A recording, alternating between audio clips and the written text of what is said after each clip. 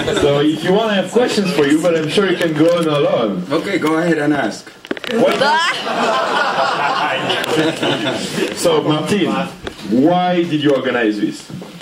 Well, I'm at a loss of words. I just wanted to get my friends together in a great place, which is this island of Menorca. I also felt that a lot of things that happen around the world I rarely brought to Spain, and it was a great opportunity to bring all these fantastic people to Spain. And I'm very glad that for the way things are turning out, because as opposed to most conferences where things are organized and we all have a plan and we have a schedule and we know what to do, I think what's happening here that's great is it's sort of what was not planned, what was improvised, what we're not thinking about. And I just do it to see whatever, serendipitous thing may show up, like this wonderful last speech of Ola, that was not planned. Okay, so I have more questions coming in. Why there are no investors here? Because you have tons of entrepreneurs. They all need money to do funding. So maybe you want exclusivity.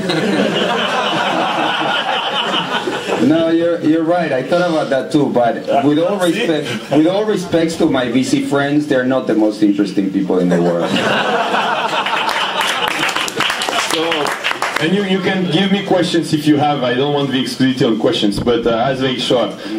Last year we were, 40 people, right? No, we doubled 25. Inside. 25 last year, and we tripled. Almost tripled. 75 yesterday, and 100 like today because it's more open. So are we going to a 2,000 people, Martin Varsavsky Island next year? No, well, first of all, my apologies to the readers of my blog that I only blogged these 2 days before the event, and a lot of people complain about that because they couldn't make it.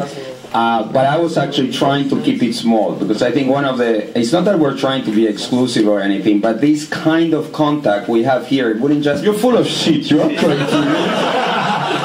trying to get exclusive. No, come on, it's about, in the US you have a lobby made by David Hornick, and it's in Hawaii, and it's only a list of very selected people. Then you have Davos, it's extremely selective. Then you have TED, you can't, even Michael Harrington and Robert Scoble can't get in. Can you imagine that? So it's very, very selective, right?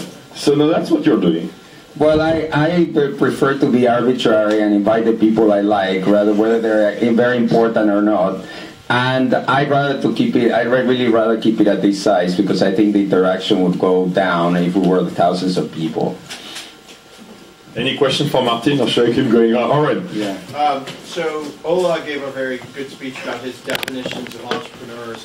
We all have our own definition of what an entrepreneur is. Like mine is an entrepreneur is somebody that steals office supplies from home and brings them to work. What is your definition of Home Depot? Well, the simple one, so the question is, what is my definition of entrepreneur? One could be certainly one who turns an idea into a business.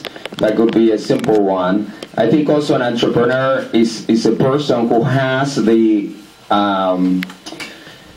inability to get a job. At least that was my situation. When my father died and we had no money, and my mother was saying, "Martin, get a job," and I would go to job interviews and they would say, "Well, how do you see yourself in 5 years?" I would say, "Well, at least as your boss."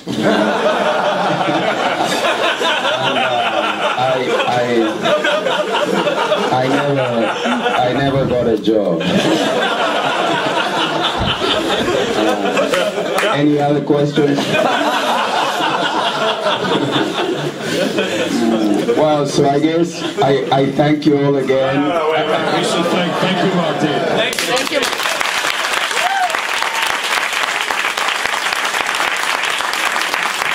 Thank you very much.